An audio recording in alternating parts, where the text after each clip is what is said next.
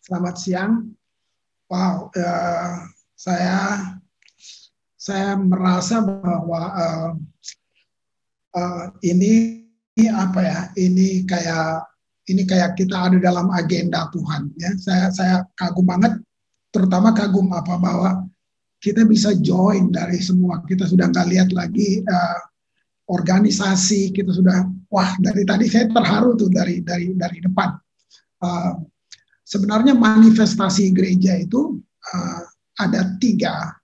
Buat saya dua lebih biblical ya, yaitu uh, persekutuan orang-orang kudus, lalu disebut tubuh Kristus. Yang kedua tubuh Kristus. Nah, yang ketiga ini ya yang itu jadi yaitu organisasi. Nah, sehingga dari tiga itu mana yang mau kita besarkan? Nah, rata-rata organisasi. Tapi tadi saya lihat, saya merasa gitu ya, satu atmosfer yang wow, indah banget ya. Ini tubuh Kristus banget ya. Wow. Dan nggak aneh kalau kita perdalam, memang worship akan membuat ini penyembahan yang akan pikirkan Allah mengizinkan satu aktivitas yang berlangsung dalam kekekalan. Kalau itu membosankan, buat apa dia izinkan di situ? Bukan satu ya, ada dua. Worship dan doa. Berlangsung dalam kekekalan, pikirkan. Nggak dibutuhkan khotbah di sana, nggak dibutuhkan seminar-seminar, nggak semua nggak. Pujian, penyembahan, dan doa berlangsung. Siapa yang bisa ukur kekekalan? Berapa lama kekal itu? Kalau saudara bisa punya umur 1 juta tahun, itu baru permulaan dari kekekalan. Dan penyembahan berlangsung di sana. Nah, tadi saya suka banget Life is Worship. Ini panitia ini yang kasih judul ini. Nah, terus saya amatin dari opening tadi ya. Saya pikir ini judul yang kita bisa bawa loh di gereja kita masing-masing. Ya, jadi jangan malu niru ini, nggak usah malu, bawa aja ini judul yang keren banget. Semua gereja kalau dia pakai ini, mulai bangun jemaatnya, komunitasnya tentang life is worship, wow, luar biasa gitu. Bahkan apa yang saya akan bagi buat saudara, saya nggak punya hak paten, jadi ambil saja, bilang itu punya kamu gitu. Gitu. Jadi nggak usah bilang saya dengar dari Pak Kris lah, nggak. Saya nggak punya hak paten, saya juga dengar khotbah orang, baca-baca buku, nggak sama lah gitu ya. Jadi saya nggak alasan di sini karena jadwal, tapi saya alasan ada di depan saudara karena hubungan. Oke, mari kita mulai live of worship.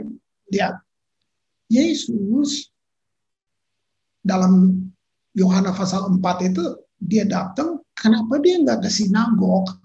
Kenapa nggak ke Yerusalem Institute? Atau kenapa dia pergi ke Samaria? Lalu dia ketemu satu pelacur di situ, ya di sumur Yakub itu. Dan kalian lihat, ini pertanyaan dia, ini pernyataan dia. Bayangin, Yesus tinggalin sorga, turun ke dunia. Nah, bayangin, itu dia.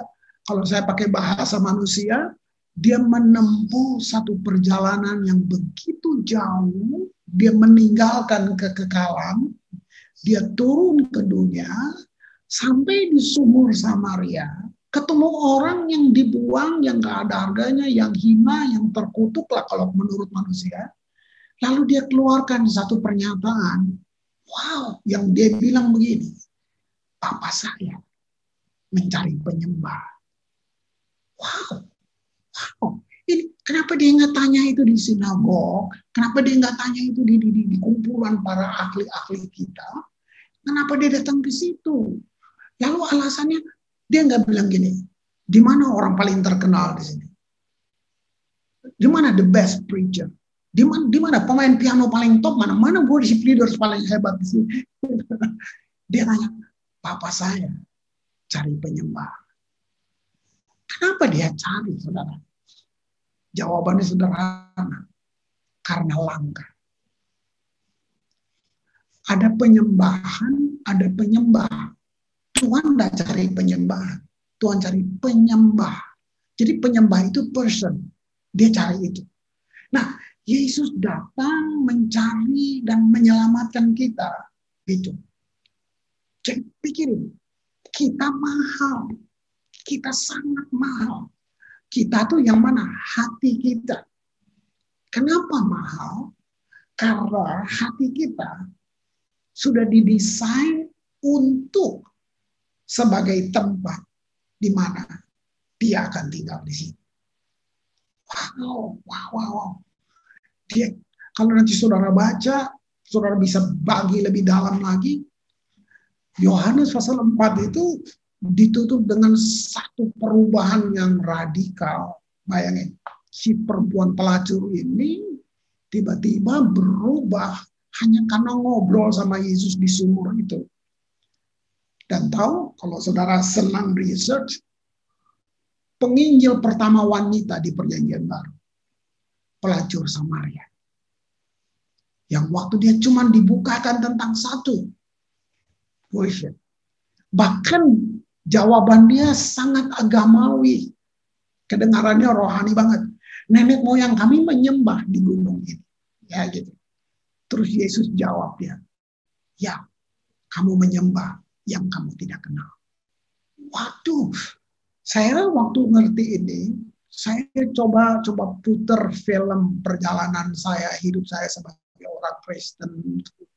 Oh ya, sekian puluh tahun lalu saya anggota paduan suara. Saya tenor satu, saya nyanyi semua, tapi ngerokok jalan terus, ya kan, gitu. Mabok jalan terus, gitu. Tapi minggu saya nyanyi di gereja, ya kan, gitu. Great Haleluya semuanya. Waktu saya mulai ngerti, diungkapkan oleh Roh Kudus. Oh, dulu waktu saya di situ, saya bilang saya menyembah, tapi gitu, saya menyembah yang saya tidak kenal. Waduh, seandainya waktu itu saya mati, kemana saya? Saya hanya punya agama. Waduh, ada 3 hal yang perlu direvolusi kembali. Nah, tadi dalam pembukaan, ya, dibilang begini, ini fondasi kita. Waduh, life is worship, satu yang sangat fundamental.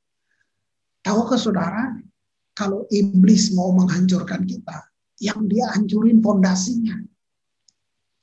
Supaya nggak ada yang kita bisa bangun di atasnya. Tapi hari ini kalau saudara lihat, ini juga isu fundamental.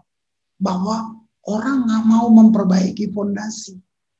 Ya, sebut aja organisasi. Ya. Ada banyak komunitas-komunitas yang nggak mau perbaiki fondasi. Kenapa? Karena di atas masih bagus. Gitu. Ngapain ya? Saya contoh konkret lah, contoh konkretnya gitu. Gitu. Wah, kita ini, kamu lihat deh worship kita. Tapi secara biblical itu salah. Saya sebut aja ya, gitu. Kita pikir ibadah penyembahan, enggak, kita sedang buat event. Kita sedang buat acara dalam penyembahan. Kita sedang pimpin acara. Jadi gini, kesalahan awal kalau kita bicara fondasi bukan di para worship leaders, para musician, no. Kesalahan awal itu ada pada top leaders justru. Di saya, Bapak Gembala. Gitu. Saya merekrut orang-orang yang berbakat, tapi saya tidak equip mereka. Saya tidak lengkapi mereka secara teologis. Apa itu worship? Teologi worship apa? Teologi doa itu apa? Tapi saya rekrut mereka. Nah, saya memanfaatkan, saya kasih job. Walaupun bisa saya kasih persembahan, bisa. Tapi saya nggak punya fondasi yang benar tentang worship. Ini pertama pesan untuk bapak-bapak gembala sebenarnya.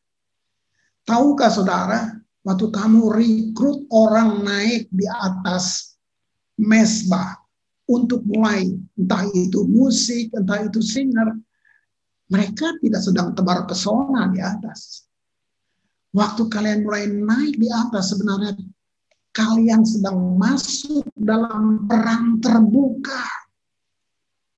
Ini bedanya. Kita panggil artis, kita panggil semua. Saya nggak anti itu, Tapi kita tidak bangun fondasi.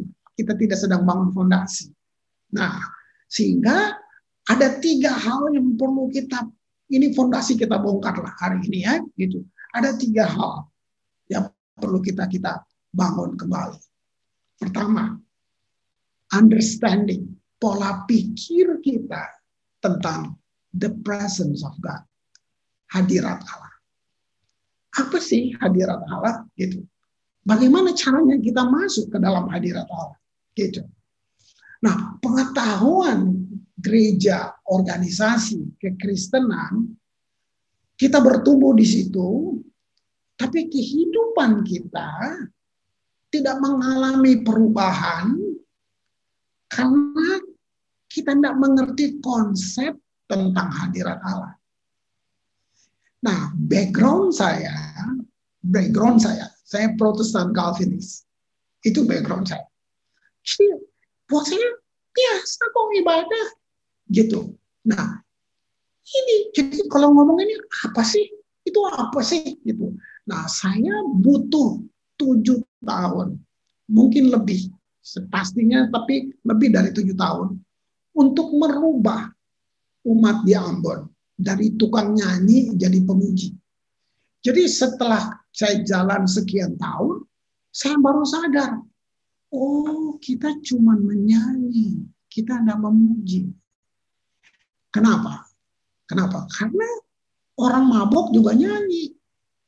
Orang gila juga nyanyi gitu. Nyanyinya bilang Yesus gitu. Nyanyinya tentang firman Allah, tapi sambil mabok. Itu nyanyi gitu. Tapi worship, penyembahan, nggak bisa terjadi dengan aktivitas seperti itu. Nah, itu teguran buat saya. Jadi saya perlu rubah dulu diri saya. Nah, lalu saya bangun. Nah, bersamaan dengan waktu itu konflik di Maluku. Wah, itu tepat banget. Sehingga nggak ada yang lain yang saya bisa kecuali kita bangun penyembahan. Nah, mulai. Oke, tentang the presence. Nah, sekarang apa itu ibadah yang sejati? Ya, di poin yang pertama. Nah, sekali lagi saya cerita tadi background saya ya. Nah, gitu. Kita biasa gereja-gereja sudah menghipnotis lah kalau saya bilang umat dengan sekian abad dengan tulisan di papan gereja, ibadah pertama jam 7.30 WIB misalnya gitu. Ibadah kedua jam 10. Jadi orang sudah jadi belief system dia, oh itu ibadah gitu. Sampai bayangin bertahun-tahun, bahkan saya sudah pelayanan, saya juga begitu pemahamannya.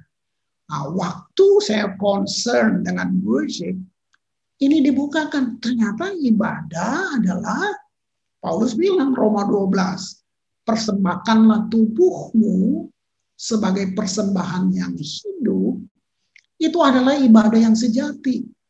Oh, kalau kita bawa ke live worship, berarti ibadah itu ada yang dipersembahkan. Hidup kita yang dipersembahkan. Wow, bukan yang lain. Oh itu, jadi hari Minggu itu apa dong? Nah ini dia, hari Minggu itu kelas.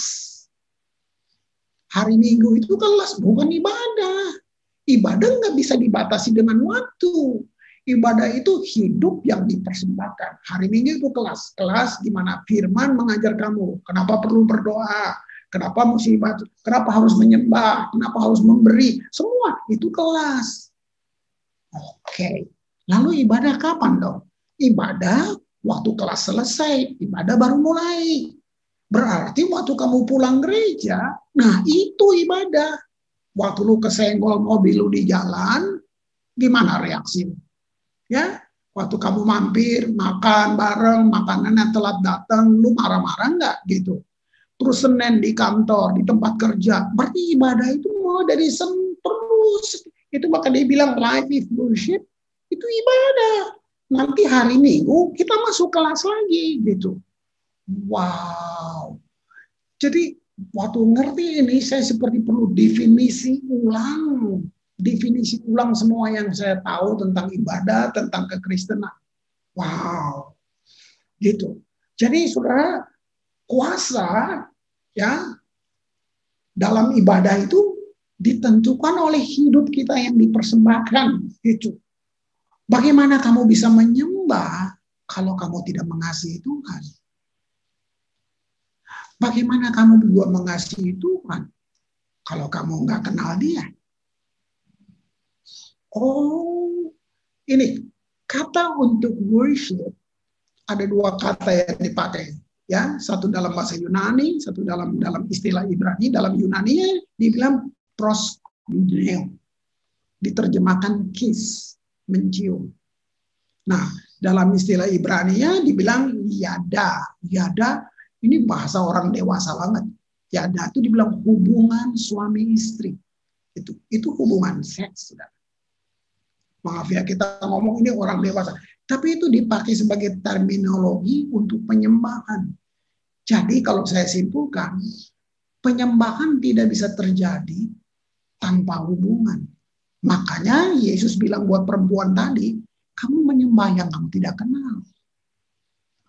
Oh, jadi untuk sampai satu jemaat bisa menyembah, bukan bikin acara, bukan panggil artis, bukan. Bukakan aja pewahyuan, pentingnya kamu punya hubungan dengan Tuhan. That's it.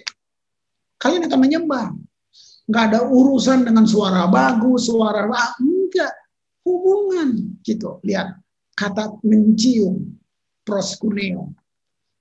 Apa alasan kamu mencium dan dicium? Kalau kita ketemu, masuk dalam ibadah, hai. Nggak semua orang kan? Ada orang tertentu yang ketemu, peluk, cium. Coba pikir, jawab ini. Apa alasannya? Hubungan atau jarak yang buat kamu dicium dan mencium? Ya kan? Mana mungkin Bapak Gembala habis kebaktian terus lagi mari saudara, setelah ibadah ini semua cium satpam di depannya? Nggak mungkin lah, saudara. Ya kan? Nah, itu contoh paling ini sekali. Tapi saya bilang berarti bukan karena kamu bilang Yesus itu penyembahan. Bukan karena kamu nyanyi I surrender Lord itu penyembahan. Enggak, kamu nyanyi karena kamu suka lagunya. Kamu nyanyi karena kamu suka chord-chordnya gitu. Tapi kamu baru disebut menyembah kalau kamu punya hubungan dengan Dia.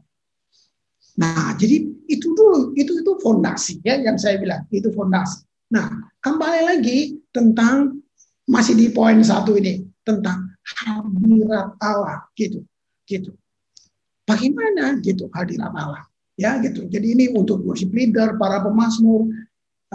Sorry, kadang kita menganggap kita sudah tahu gitu tentang kemahadiran Allah gitu.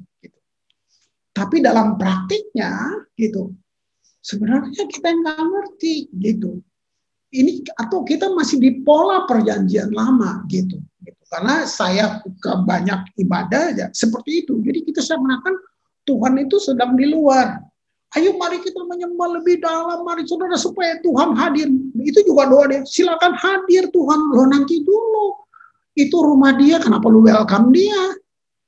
Nah, ini cacat teologis ini loh. Ini rumah Dia, kenapa kita welcome Dia? Lo siapa?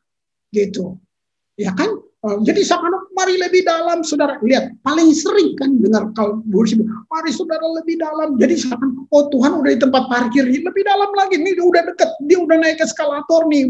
Nah, itu kan, jadi cara kamu banyak ngomong sementara penyembahan, justru kasih lihat betapa kamu miskin dalam pengenalan pemahaman kamu. Nah, perjanjian lama, Roh Kudus nggak ada.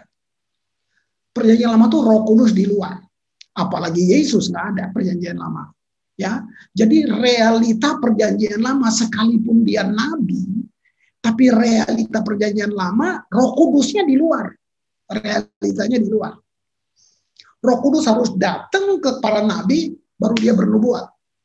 Nah, kita di perjanjian baru, Yesus, Roh Kudus, Bapa in me. Gitu. Nah, ini nenek moyang seluruh teologi ya, ada di satu kalimat Paulus ini. Christ in you, the hope of glory. Christ in me, the hope of glory. Jadi Kristus dan Roh Kudus semua di sini. Nah, untuk pastikan dia ada di dalam kita, nggak ada cara lain lewat lahir baru. Nah, tadi saya cerita background saya tadi, saya nggak perlu ulang-ulang. Kita beragama Kristen berarti tanpa lahir baru. Tapi kita terus pikir, Tuhan, bayangin kita kosong, kita nggak ngerti apa-apa. Nah, kita masuk sekarang ke Yesus sekarang. Dia sudah di sini. Berarti gitu, kita tidak berusaha masuk ke hadirat Tuhan. Itu kamu kembali ke perjanjian lama. Ini Kristus di saya. Nah, ini penting. Kita tidak berusaha masuk. Is already in. Dia sudah sini. Dia sudah di dalam. Kamu ke toilet tadi, kamu pipis, dia di sini. Kamu in the presence of God.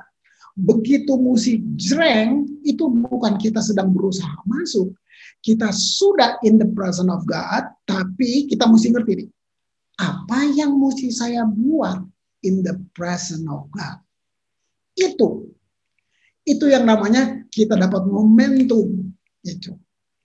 Nah, lihat. Perilaku penyembahan kita membuktikan kita tidak kenal. Akhirnya ada banyak ibadah yang terjebak dengan teori-teori memanggil-manggil Tuhan. Gitu. Nah, sorry. Sekarang saya mau kalian jujur. Ini buat worship leaders. Ya kan? Oke, lagi bagus worship. Tiba-tiba kamu main ngomong aja, Tuhan kami menyembahmu. Loh, kamu bilang kami. Kamu yakin semua menyembah? Itu kan latah. Itu. Jadi gini, bukan nggak boleh ngomong. Tapi kalau bisa, kalau kamu ngomong, itu perlu dan mahal. Kalau kamu bilang, saya menyembahmu, oke, karena kamu sendiri ngomong. Tapi kalau kamu bilang, kami, kamu yakin mereka semua menyembah? Nah, ini buat saya, kamu tiru siapa? Ini pemahaman kita. Ini yang saya bilang fondasinya mesti dibangun. Makanya nggak perlu ngomong, no. Beri kemuliaan gitu. Ada nggak tuntunan seperti itu? Hai, beri kemuliaan buat dia. Lalu kamu lihat yang diberi oleh jemaat apa? Tepuk tangan. Oh, kalau ada orang baru masuk, terus dia dengar seperti ini. Oh, kemuliaan tuh sama dengan tepuk tangan. Kalau iya kemuliaan ada tepuk tangan, berarti lapangan bola lebih penuh kemuliaan dong. Bahkan di lapangan bola, orang nggak disuruh tepuk tangan. Itu spontaneity. Nah, gereja disuruh lebih keras lagi, lebih. Nah, ini yang saya bilang kamu buat acara dalam penyembahan. Gitu. Nah, penyembahan nggak bisa disuruh. Penyembahan itu fresh. Penyembahan bukan repetisi. Nah, kalau kita ngerti, kita nggak buat hal-hal begini. Kita tergoda mau lihat manifestasi. Kita tergoda, kita mau buktikan bahwa kita diurapi. Ini semua tipuan. Ini semua tipuan. Kamu bahkan nggak usah minta urapan.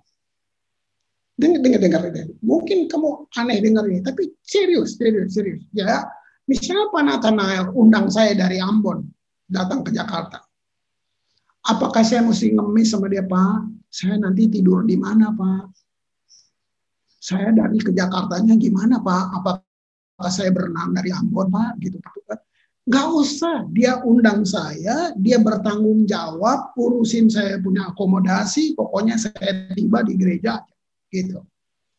Nah, sampai transportnya semuanya tidak. Nah, ini saya bicara tentang the presence. Tuhan senang banget kamu melayani. Nah, sekarang kita mau melayani. Mari saya bilang, lu nggak usah minta urapan, sorga tanggung jawab urapin lu. Nah, tuh, gua ngomong tembak langsung aja nih. Enggak, kadang-kadang semua itu kita buat akhirnya kayak ritual gitu. Kayaknya kita kayak itu buat saya, kita menyembah dengan spirit yatim piatu. Tuhan urapi Tuhan, 5 menit sebelum mulai pegang. Mari, urapin kapi Tuhan. Itu yatim piatu buat saya. Sorga tanggung jawab urapin lu. Kamu salah nyanyi, urapan nggak pergi. Musiknya salah, lupa intro, lupa interlude, nggak ada urapan pergi tinggalin. Gue nggak ikut yang gitu-gitu. Gitu. Ini penting banget. Jadi pemahaman ini teologis ya sampai hari ini. Lihat itu. Nah, lalu lihat perilaku kita akhirnya apa? Kita teriak-teriak. Itu tahu nggak? Itu penyembahan Baal yang terjadi waktu Elia dengan Nabi Baal. Mereka teriak panggil-panggil Tuhan dari pagi sampai petang. Nah, kita kemasannya aja beda, tapi kita kayak gitu. Tuhan engkau baik, nggak usah. Pembunuh di luar juga tahu Tuhan baik, koruptor-koruptor tahu Tuhan baik, gitu. Terlalu murah. Itu latah banget sebenarnya. Kalau kamu nggak tahu mau ngapain, kamu ngomong. Nah, ini hal-hal yang mesti dibuang, gitu. Saya dulu worship leaders, sama. Kalau gue lupa lagunya, gue bahasa roh. Lalu orang kira gue sakti. Gitu. Ini kan semua kayak gitu. Lihat itu. Lihat itu.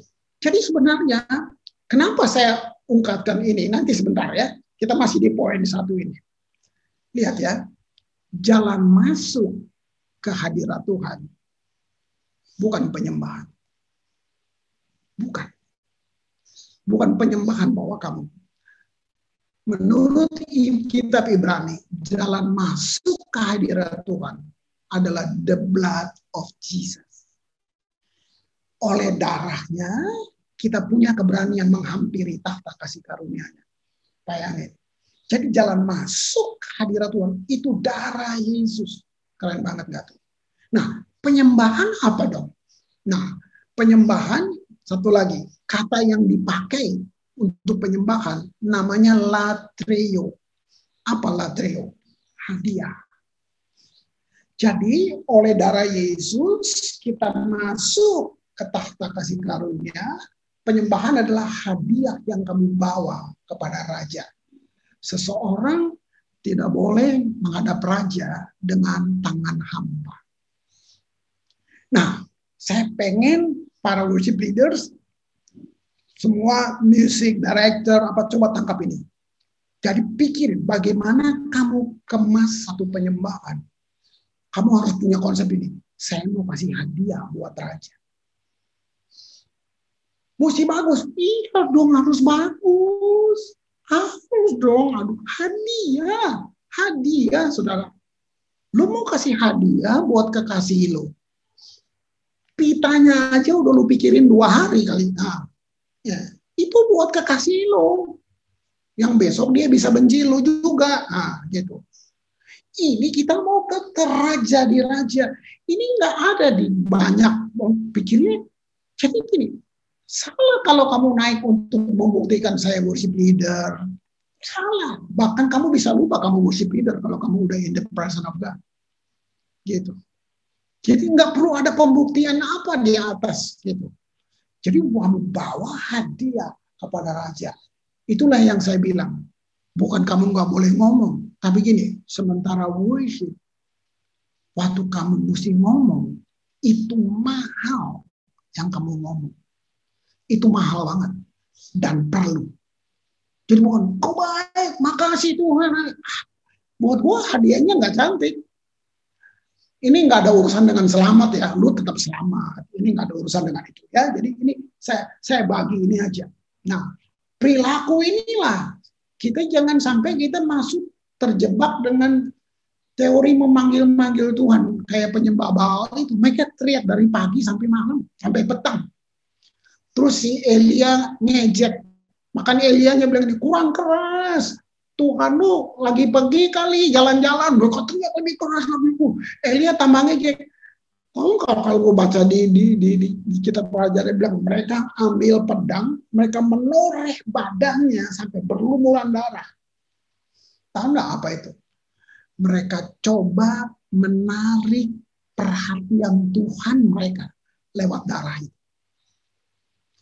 Nah, ini yang saya bilang kalau kamu paham ini, wow. Bayangin, kita cuma bawa hadiah, kita sudah in the presence. Makanya waktu penyembahan berlangsung, seorang worship leaders itu bukan ngomong, tapi dia mendengar, membaca momentum. Karena ini mesti fresh. Momentumnya apa? Tiba-tiba ada satu dorongan, prophesy.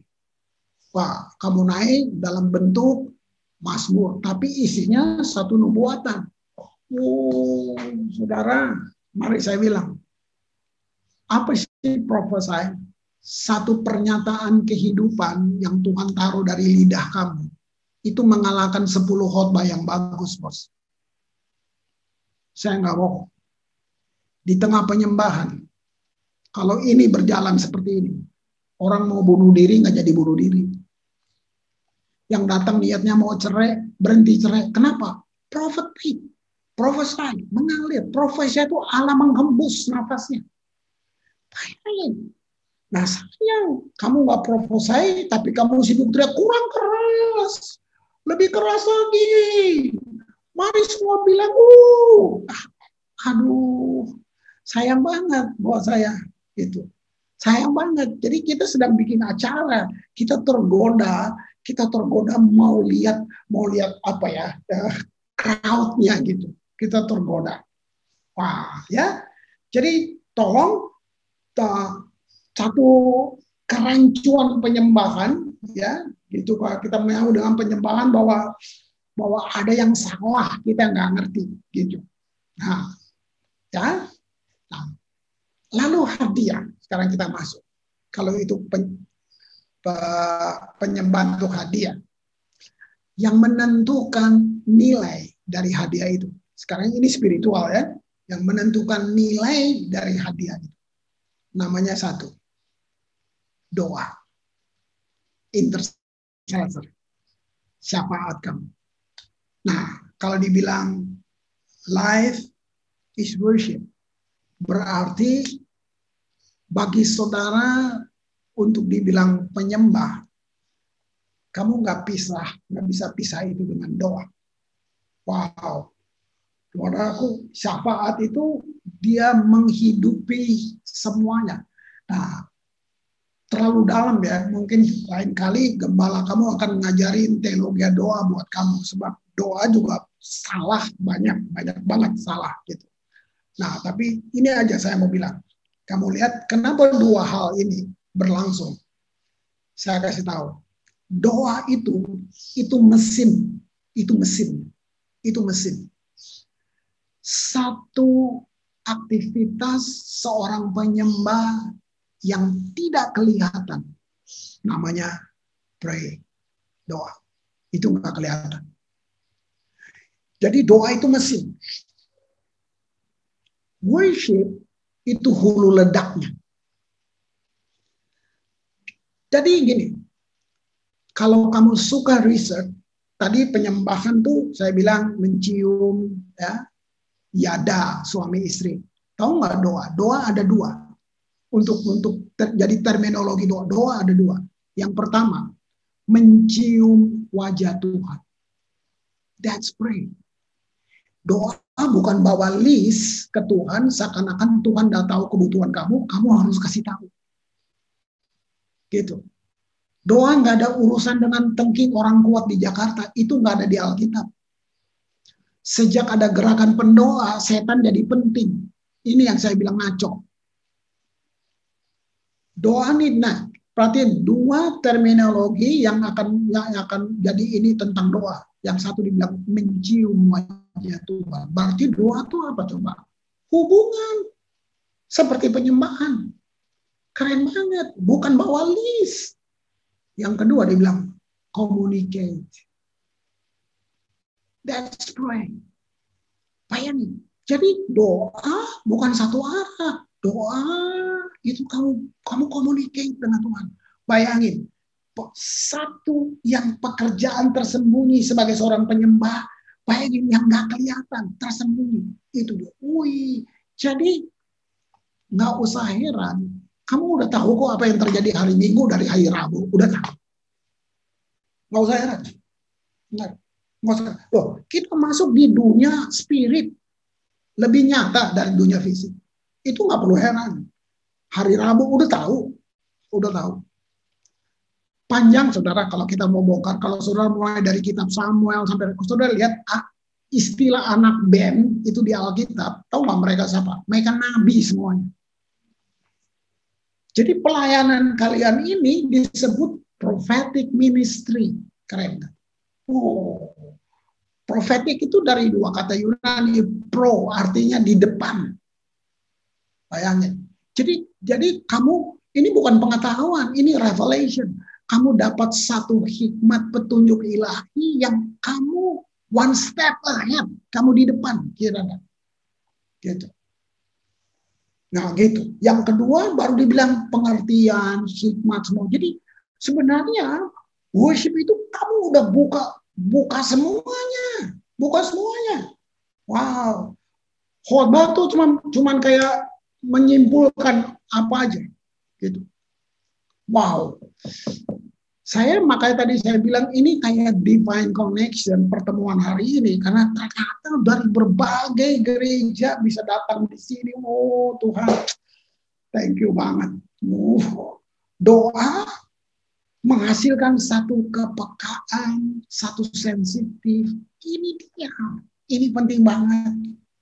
Saya dapat ini dari Oswald Chambers. Ya, Oswald Chambers bilang begini. Kalau kamu bekerja, kamu cuma bekerja. Tapi kalau kamu berdoa, Tuhan bekerja. Wow, saya bilang, wow, ini sekian tahun lalu waktu saya persiapin tim di Ambon, waktu saya dapat ini. Saya sendiri bilang, Tuhan, thank you banget. Gitu.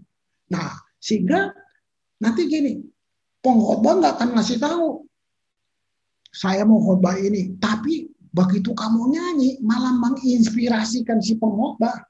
Bahkan ini bisa aja jadi kamu boleh undang pengkhotbah. Tapi begitu worship kalian naik, si pengkhotbah takut naik. Aduh, gue banyak dosa.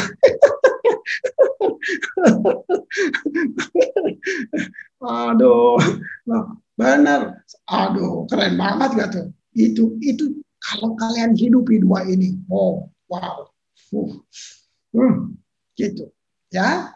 Nah, situ ekspresi dan semua itu dekorasi, itu cuma dekorasi gitu. Tapi esensinya, ampun, keren banget. Makanya saya bilang, salah nyanyi, nggak apa-apa. Ini tahun 80-an. Tahun 80-an saya sama Yonas Wisa, kita nyanyi di Jawa Tengah gitu. Si Yonas salah nyanyi gitu. Kan? Bilurnya kan Pantekosta, ya itu Pantekosta bilurnya.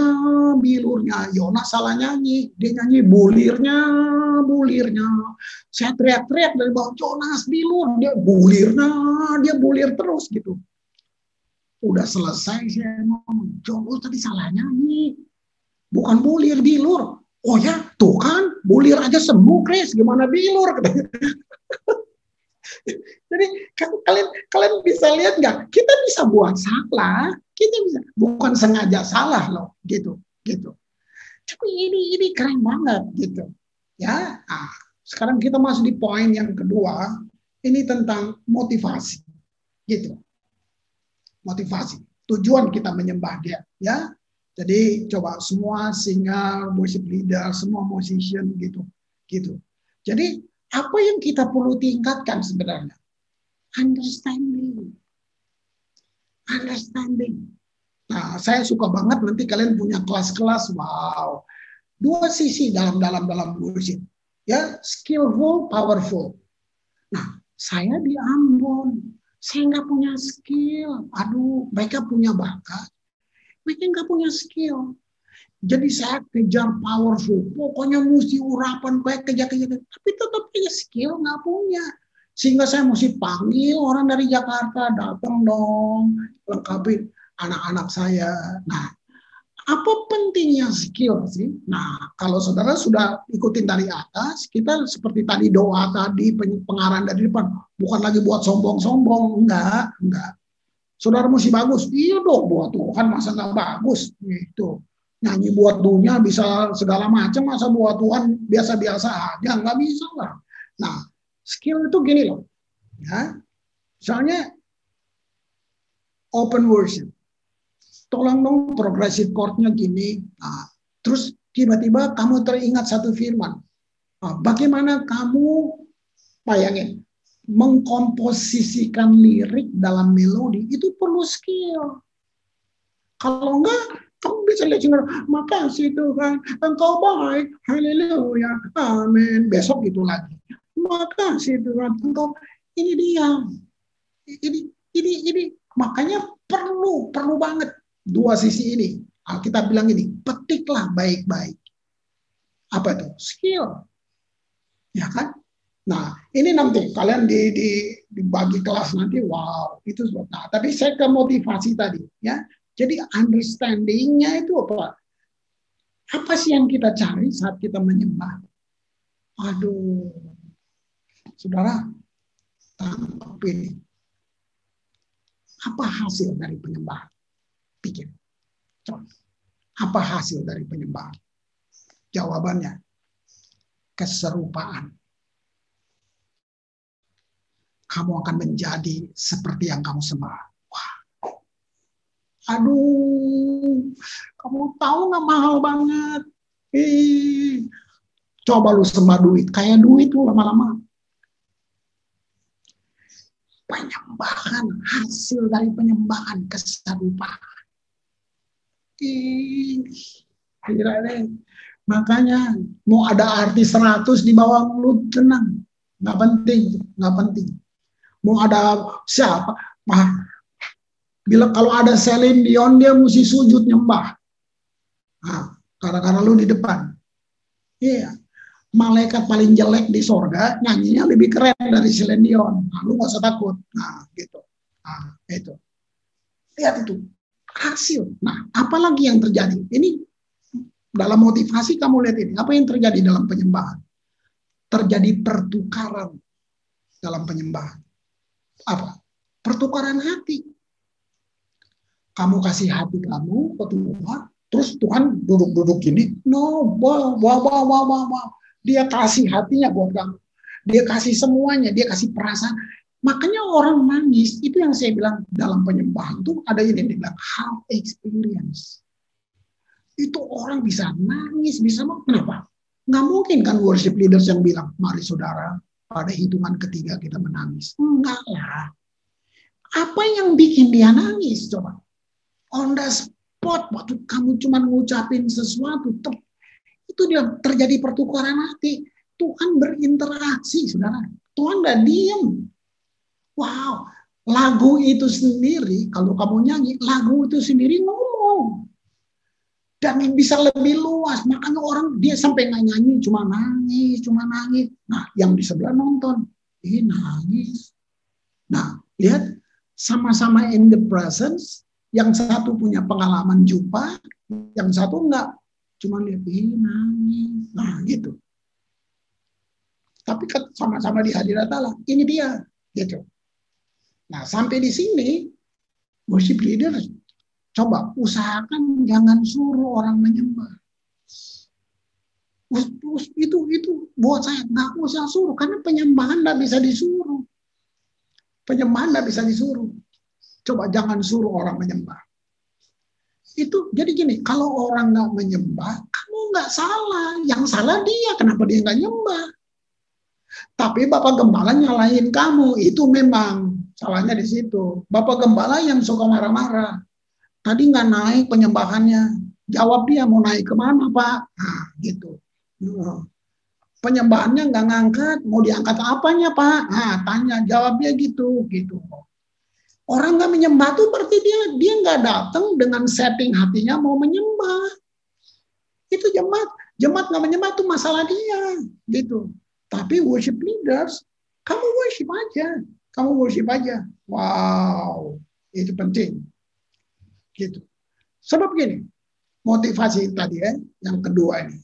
Kalau Bapak mencari hati kita, gitu, maka kita pun harus cari hatinya Bapak. Ini kan pertukaran hati, gitu. Wow. Jadi esensi penyembahan berkaitan dengan isi hati itu tadi. Nah, makanya tim worship udah nggak bisa tawar. Kalian selalu di depan. Kalian memang dalam segalanya kalian di depan. Makanya yang dibangun tuh apa coba? Cuma hubungan. Hubungan dengan Tuhan. Nah, saya dari tadi nggak mau ngajar bentuk. Karena bentuk itu bahaya. Kalau saya ngajar bentuk, kalian jangan dengar saya. Jangan dengar saya. Jangan. Nanti terakhir saya akan bongkar itu gitu. Penyembahan tuh luar biasa banget. Gitu. True worshippers, ya. True worshipper itu apa tuh? Pengabdian diri yang utuh dari hidup kita kepada Allah. Jadi gini. Tadi saya suka banget waktu di depan ngomongnya gini. Kita bukan menyembah karena tugas, karena jadwal. Wah, saya sampai catat nih tadi. Benar banget. Itu betul banget. Pegang itu. Gitu. Jadi penyembahan bukan harus. Penyembahan itu I will. Saya mau. Kalau harus ancaman namanya. Semua yang harus bobotnya turun. Kamu harus ya berdoa. Wah, itu nggak ada bobot. Tapi I will praise. I will pray. Itu saya mau. Kenapa? Karena hubungan. Keren banget, saudara. Nah, waktu ini saudara bangun, itu. Jadi saudara bisa menyembah di kamar mandi. Kalau kamu sambil nyetir, doa, nyembah, bisa nggak? Bisa dong. Kalau life is worship, oke. Perlu musik, bisa ya, bisa enggak. Iya. Lagi nyetir boleh. Perlu tutup mata. Nabrak loh. Nah, makanya itu yang saya bilang bentuk. Harus begini. Enggak. Penyembahan buat orang nggak bagus, buat Tuhan lo keren. Gitu. Jadi makanya kita jangan semua kan dihatiin.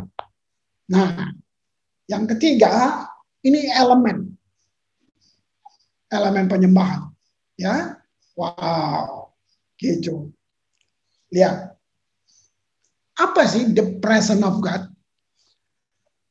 Bahkan ini dibukanya di Perjanjian Lama. Waktu Daud bangun Tabernacle of David, itu ada 3 elemen di dalamnya. Yang pertama, apa itu? Pemerintahan, otoritas. Jadi pengkhotbah jangan so tahu. Penyembahan tuh bukan pelayanan kita hari Minggu. Aduh, Bapak Gembala mesti dengar baik-baik. Penyembahan itu satu pemerintahan dan otoritas. Bayangin. Otoritas itu apa coba? Kekuasaan. Gitu.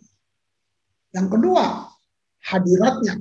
Nah, itu urutannya nggak penting. Bisa juga yang pertama hadirat, yang kedua otoritas pemerintahan, gitu. Yang ketiga apa? Menyatakan kemuliaan. Wow. Wih. Nah, kenapa ini nggak ada? Karena memang kalian nggak on the track-nya, gitu. Menyatakan kemuliaan. Nah, kalau suka riset, kalau kalian mau belajar Tabernacle of David, kenapa bukan Musa? Nah, ini debat teologi. Nah, para teologi itu sampai nulis ya, para teologi memang selalu kalau gitu dia nggak merasa hebat kan, dia mesti ngomong yang gitu-gitu kan. Nah, karena Tuhan tidak suruh Daud bangun tabernakel, itu bukan perintah Tuhan. Jadi gini, Daud sedang melakukan yang Tuhan tidak suruh. Nah, sehingga para teolog bilang begini, kenapa Daud nggak dibunuhnya sama Tuhan? Tidak ada. Kalau kalian lihat, nah, saya cerita sedikit latar belakangnya ya. Sebelum Daud jadi raja, sudah ada di Israel, sudah ada semua. Tapi Israel bangsa kecil yang dikelilingi oleh bangsa-bangsa lain di sekitarnya. Bangsa apa itu? Bangsa-bangsa yang paling barbar di dunia ini, yang terus menindas Israel. Israel ditindas puluhan tahun dengan bangsa-bangsa ini. Zaman Saul, nggak ada habis-habisnya tuh. Nggak, termasuk Goliat, Filistin, dan semuanya itu dia. Nah, waktu Daud jadi raja, kamu lihat Bedanya Daud sama Saul. Saul cuma raja. Tapi Daud seorang penyembah yang jadi raja. Kamu kenal Daud karena ada Alkitab. Dulu siapa yang kenal Daud? Kita nggak kenal Daud. Alkitab yang bikin kita kenal Daud. Bapaknya aja lupain dia. Nah, tapi siapa sih si Daud ini? Sampai Tuhan begitu incer nih satu orang gitu. Arti namanya aja keren, David, beloved gitu. Nah, coba kamu lihat Daud mengalami Tuhan, ampun, di hutan sama singa sama semua, dia mengalami Tuhan pun natural. Ini perjanjian lama loh. Jadi waktu dia lihat bangsanya seperti itu, dia kepengen banget apa yang dia alamin oleh bangsanya. Makanya waktu tabut kembali ke Yerusalem, Daud bangun Tabernacle of David yang Tuhan tidak suruh. Jadi dia bangun tenda biasa, kayak tenda pramuka, yang penting ada tabut di situ. Nah, saudara mau lihat hal-hal yang paling dia langgar di sini. Nanti saya bongkar ini. Dia melanggar semua peraturan keimamatan. Berani nggak gereja bongkar fondasi ini? Itu sama dengan mati loh sebenarnya. Makanya banyak penafsir teolog yang bilang, gila nih si Daud kenapa nggak dibunuh ya dia. Bayangin, semua peraturan dibuang, cuma satu. Dia bangun tenda, dia taruh tabrak, dia latih 14.000 penyanyi, dia latih mereka, dia panggil. Jadi dulu kan cuma imam yang boleh masuk ke situ. Ini di seluruh rakyat 2 juta orang dipanggil mendekat, dibilang worship. This is God. 24 jam pujian, penyembahan, dan doa. Kamu tahu 33 tahun. Dicatat di Kisah Rasul. Daud menyenangkan hati Tuhan 33 tahun. Kamu tahu 3 elemen itu dalam 30 tahun. Otoritas kerajaannya, the presence of God, kemuliaan Allah turun. Lu tahu nggak bangsa-bangsa yang tadi itu tunduk semuanya. Tunduk, bubar. Kamu lihat sejak Daud ambil alih, ini hal yang paling mengerikan yang dia langgar. Dia hapus korban penghapus dosa. Itu sakral sekali, saudara. Korban binatang, korban penghapus dosa, Daud hapus, diganti dengan sacrifice of praise. Saya menilai Daud ini orang perjanjian lama yang hidup dengan pewahyuan perjanjian baru. Bayangin, dia ganti semua korban binatang dengan korban pujian. Bayangin 24 jam pujian penyembahan 33 tahun. Waktu Daud mimpin, Israel menjadi bangsa yang dipimpin oleh penyembahan. Israelnya menjadi bangsa yang dipimpin oleh kekuatan politik, militer, pertanian, dan semua. No. Israel adalah bangsa penyembah. Bangsa yang dipimpin oleh penyembahan.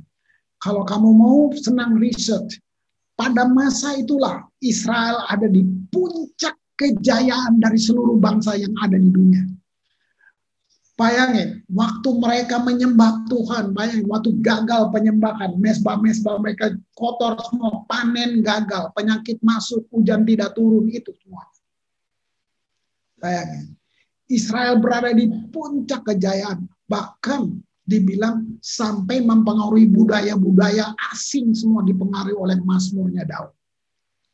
Kalau kamu bisa senang bedah, kamu lihat itu, wow. Nah, sekarang saya nggak perpanjang, tapi saya sudah sampai di sini. Kamu lihat Mazmur 12, Mazmur 12 ayat 30. Ya, kasihlah Tuhan Allahmu dengan segenap hatimu, dengan segenap jiwamu, dengan segenap akal budimu, dan segenap kekuatanmu. Kamu rangkum ini semua, dan ini jadi kehidupan, atau ini jadi yang namanya life is worship. Ini semua, bayangin. Wow, kira-kira. Jadi begini, Normal buat kamu lihat mujizat, manifestasi. Normal, normal, normal.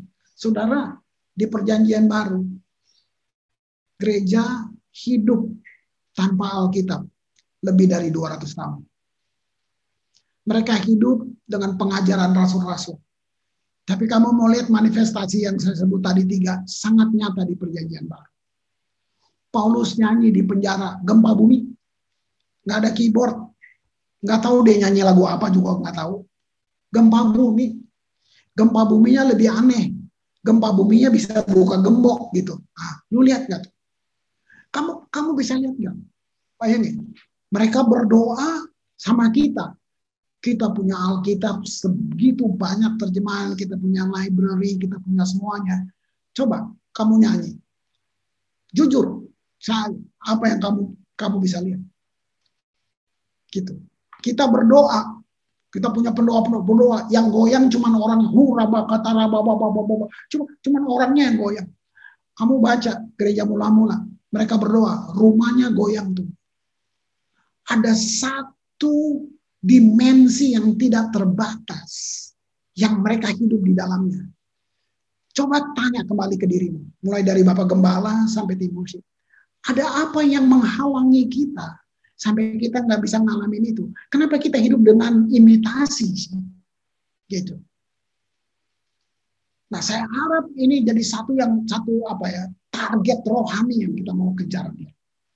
Gitu. Nah, saya tutup dengan ini. Ini yang bagus, apalagi kita misin dari berbagai gereja, denominasi dan semuanya, ya, gitu.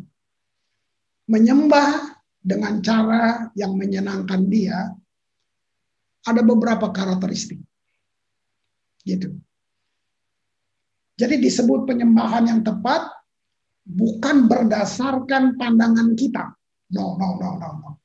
Tapi berdasarkan firman Tuhan. Oke, saya mau bongkar ini di poin terakhir ini, ya. Tuhan senang jika penyembahan kita otentik, gitu. Jadi kalau saudara dengar Hillsong, saudara dengar Joe Austin, yang saudara mesti lihat gini, apa yang bikin mereka berkualitas, bukan tiru nyanyinya, kita jadi imitasi lagi. Coba gini, kenapa mereka bisa berkualitas? Nah, sering kumpul gitu, kita sering kumpul, tim worship kumpul, ngopi, ngobrol. Saya sebut itu apa? Saya bilang kayak apa ya? Diskusi profetik. Saja, betul? Kita duduk ngobrol diskusi gini. Coba lagu ini kamu bikin gini, mah itu diskusi profetik sebenarnya. Gitu. Sering ngumpul, wah, bila perlu duduk sama Bapak Gembala. Nah, ini yang saya bilang, Gembala, kapan kamu spend time nggak dengan kamu punya tim worship? Gitu. Mereka yang nangis tiap minggu, yang bergumul, yang semua, nah, oke lah, stop aja, jangan panjang, ya. Nah, tapi saya mau gini, yang diharapkan, gitu, setiap orang diharapkan untuk mengasihi Tuhan dengan cara yang sama, itu bodoh sekali. Itu bodoh sekali. Gitu. Ini ada beberapa karakteristik. Naturalis. Ya, naturalis. Itu terinspirasi, dia bisa mengasihi Tuhan kalau dia lihat keindahan alam, dia lihat semua. Itu seniman-seniman gitu. Gitu. Nah, keren banget kan? Ada lagi satu sensible gitu. Itu indranya gitu. Bisa rasa, cium, sentuh, itu. Ada yang tradisional gitu. Nah, jadi kalau orang kaku jangan dihakimi gitu. Ini makanya saya bilang, di sini tujuan saya buka ini supaya kamu jangan komando orang, tuh maksud saya di situ. Tuhan sengaja bikin kita beda, coba. Saya sama Pak Hendra beda, ya. Saya sama Pak Nathanael beda, saya sama saudara semua, saya sama kalian beda. Lalu kenapa saya bikin seragam? Gitu. Oke, kalau penyembahan itu hubungan, coba. Ingat tadi kata mencium yang dipakai. Saya nggak tahu, mungkin orang Jawa atau orang Bandung, orang Jakarta kita, kalau cium kekasihnya sopan-sopan. Kalau Batak, Ambon, Manado, bayangin dipelintir. Nah, bayangin, ya kan? Ekspresinya beda-beda gitu. Kenapa kita suruh semua jadi seragam gitu? Gitu. Nah, jadi yang penting di sini pengertian ini tadi, ya. Kalau bisa diskusikan terus, gitu. Ya, sehingga tadi saya bilang supaya jangan jadi seragam. Jadi keren banget, gitu. Nah, kata-kata haleluya, terima kasih, kami memujimu, amin, itu udah jadi klise, gitu. Ya, terbungkus. Saya perlu sebut ini, religion spirit, roh agamawi. Ini musuh Roh Kudus. Ini sudah, ini penghalang dari semuanya. Ini penghalang dari semuanya, gitu. Jadi sebelum saya selesai, saya cuma minta gini, ayo jangan miskin perenungan. Jangan miskin perenungan. Coba pikirkan pertanyaan saya. Daud, dia sekolah di mana? Dia belajar sastra di mana? Yang tercatat di Alkitab, anak gembala miskin di Bethlehem. Orang yang tertolak di rumahnya. Orang yang gagal tidak memenuhi syarat dalam banyak hal. Adalah kebanggaan setiap laki-laki Ibrani kalau dia bisa jadi tentara. Daud nggak memenuhi syarat. Tapi kamu tahu di mata Tuhan, ampun. Ini satu misteri yang saya nggak puas. Saya masih terus cari. Bayangin. Waktu dia bangun Pondok Daud, kan sudah selesai masa Daud. Sampai tercatat di Kisah Rasul, ini profetik loh. Dibilang gini, Yesus akan datang kembali. Yang ngomong Yesus, aku akan datang kembali. Dan membangun kembali Pondok Daud yang telah roboh. Hah? Coba pikir baik-baik. Emang sorga udah nggak ada ide lagi sampai pakai Daud punya. Nah, lu cari sendirilah jawabannya, ya, gitu. Nanti kalau kamu baca di Wahyu dibilang begini. Lalu anak domba Kristus itu datang. Nah, Kristus yang datang nanti bukan kayak di Bethlehem, anak miskin, anak tukang kayu, salah. Yang dia datang ini pangeran, raja segala raja, penguasa alam semesta. Tapi baca di Wahyu apa yang dibilang? Di tangannya ada kunci Daud. Aduh Tuhan. Saya sampai bilang, ini Daud ada apa sih Daud ini? Aduh. Saya udah banyak saudara baca literatur Daud semua, gitu. Sampai Daud Nabi 70 juga gue baca bukunya gitu. Gitu. Jadi cuma itu pertanyaanku gitu. Dia belajar sastra di mana ya? Tapi kamu lihat nggak? Hari ini dibandingin saudara yang punya library, yang kamu bisa nonton, sekarang kamu dengan teknologi dan semuanya. Tapi lihat, ini saya mau bilang, semua kata yang lu pengen bilang buat Tuhan, udah diambil sama Daud. Wah, lihat itu, yuk kita perkaya yuk. Kamu nggak punya ide untuk seperti Daud bilang, biarlah perenunganku manis terdengar. Kemana aku bisa menjauhi rohmu Tuhan? Kedunya orang mati pun kamu di sana. Itu gila Daud. Itu kalau bukan intim apalagi. Coba. Nah, saya tutup. Yesus yang ngomong, barang siapa mengasihiku, barang siapa percaya kepadanya diberitahukan rahasia kerajaan Allah. Yeah. Ayo kita berdoa. Tuhan, kami nggak pilih, kami mungkin nggak bermimpi, nggak berniat, mungkin juga iseng-iseng kami mau ikut pertemuan hari ini. Life is worship. Tapi kami tahu persis bahwa Tuhan kenal kami. Bapak, Engkau mengasihi saudara-saudaraku ini melebihi siapapun yang bisa bilang itu kepada mereka. Tuhan, aku berdoa supaya perkataanku berhenti, tapi Engkau tidak berhenti untuk membukakan kepada mereka. Engkau sayang mereka. Bawa mereka untuk menggenapi semua rencana. Aku memanggil utara, selatan, timur, dan barat. Aku memanggil berkat samudera raya. Aku memanggil berkat embun pagi. Turun bagi saudara-saudaraku. Bahwa maka kemuliaanmu, otoritasmu, semua hadiratmu akan menjadi tontonan bangsa ini. Sehingga firman ini digenapi. Bahwa bagi banyak orang, kami seperti tanda ajaib. Di dalam nama Tuhan Yesus. Amin.